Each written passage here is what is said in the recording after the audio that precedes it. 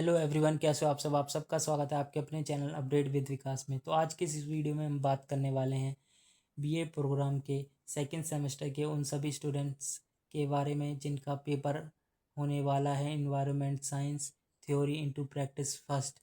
तो ये ability enhancement का कोर्स रहने वाला है और ये 2 क्रेडिट का आपका पेपर होने वाला है। तो देख सकते हैं इसमें कैसे क्वेश्चन आने वाले हैं और कैसे आपसे क्वेश्चन पूछे जाएंगे, किस तरीके से क्वेश्चन पूछे जाएंगे और उनके आंसर आप किस प्रकार दे सकते हैं, वो सब इस वीडियो में बात करेंगे। तो अगर आप चैनल पर नए हैं तो चैनल सब्सक्राइब करें, वीडियो लाइक करें।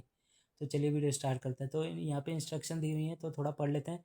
For student of regular and SOL courses, तो जो भी रेगुलर और सोल के बच्चे हैं एडमिशन ऑफ 2024, जिनका एडमिशन 2024 में होता है, उनके लिए पेपर 1 घंटा 30 मिनट का और आपको ए पार्ट ही करना और कोई पार्ट नहीं करना। ठीक है, अगर आप 2024 में एडमिशन लिया तो ए पार्ट करना।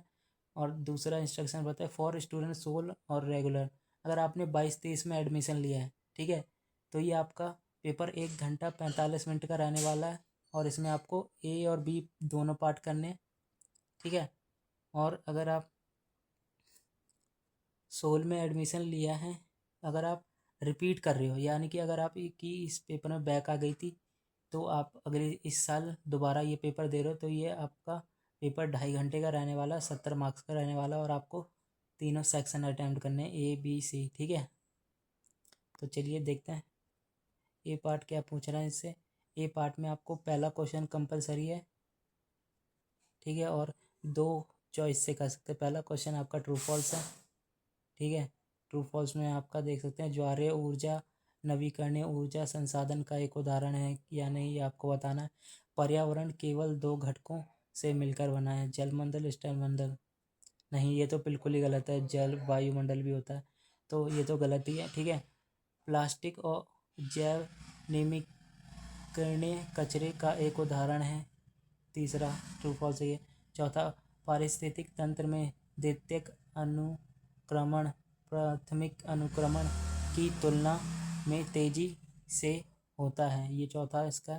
पांचवा, सुंदर लाल बहुगुण में चिपको आंदोलन में महत्वपूर्ण भूमिका निभाई। तो सुंदर लाल बहुगुण एक कोई होगा तो उसने चिपको आंदोलन में महत्वपूर्ण भूमिका निभाई है कि नहीं, वो आपको बताना है। और फिलअप है ये, ठीक है। फिलअप देखते हैं। डैश का पिरामिड सदैव सीधा होता है, तो किसका पिरामिड सबसे हमेशा सीधा होता है वो आपको बताना है। रामसर कन्वेंशन डैश की सुरक्षा के लिए अंतर्राष्ट्रीय संधि है।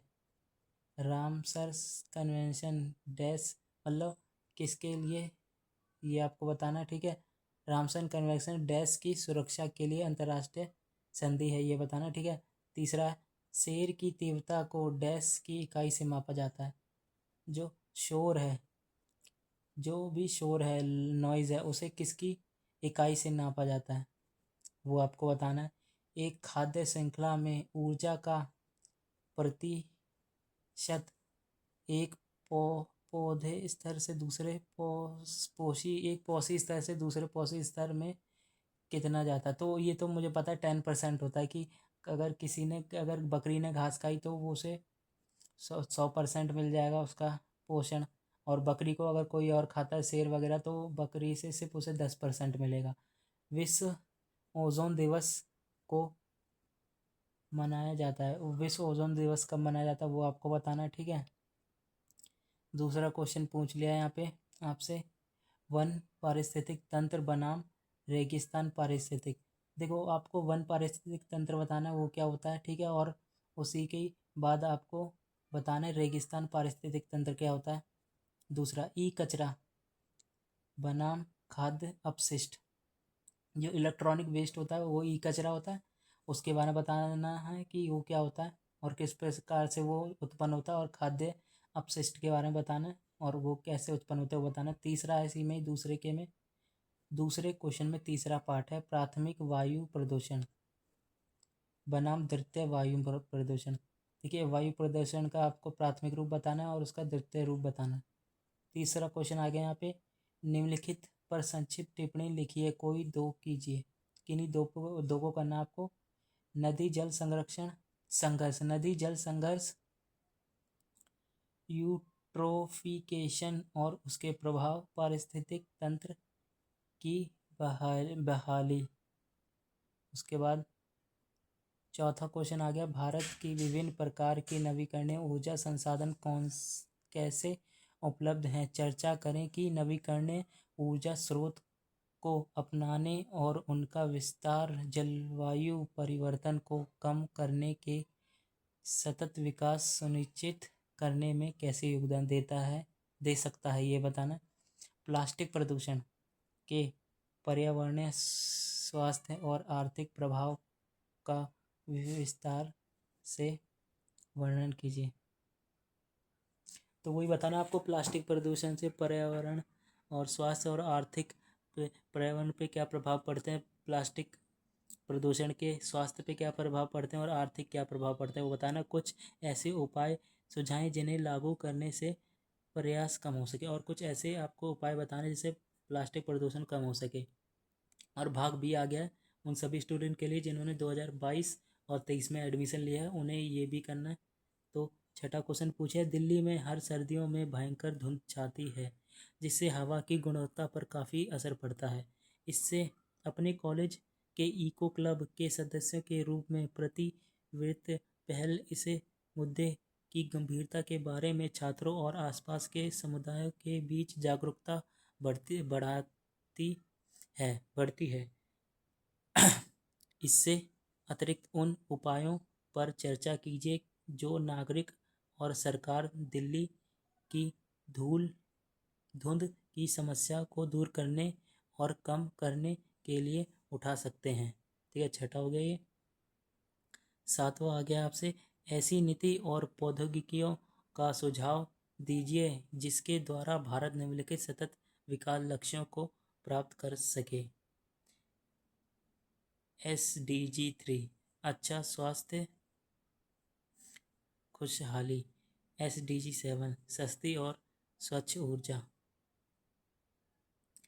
चित्र देखिए, ये आपको देखो, आपने जो ये चित्र दिया हुआ है ये देखना है और उसके बाद इन क्वेश्चन का आंसर देना है। ठीक है, ये आपको हो जाएगा।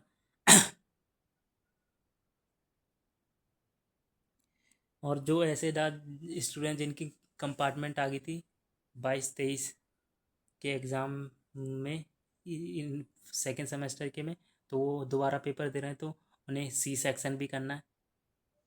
तो आपको इनमें से किसी 5 को डिफाइन करना है।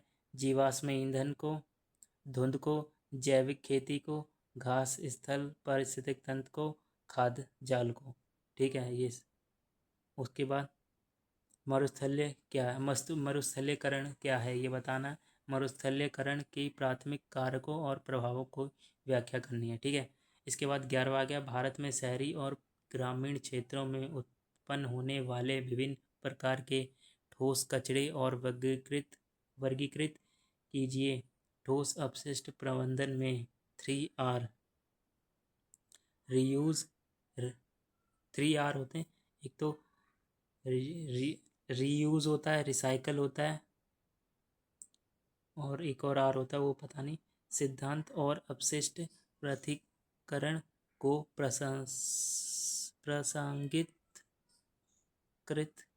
पर चर्चा कीजिए। ये आपका क्वेश्चन रहने वाला पूरा पेपर, जिस पेपर का नाम रहने वाला आपका environment study theory into practice first, और ये सेकेंड सेमेस्टर का पेपर रहने वाला है। और ये सभी स्टूडेंट दे सकते हैं जो भी देना चाह रहे हैं, जो इसकी भी बैक आई हो या नहीं, और कोई भी एडमिशन लिया हो। तो ये वीडियो कैसी लगी कमेंट जरूर बताएं। वीडियो अच्छी लगे तो चैनल सब्सक्राइब करें, वीडियो लाइक करें। Thank you.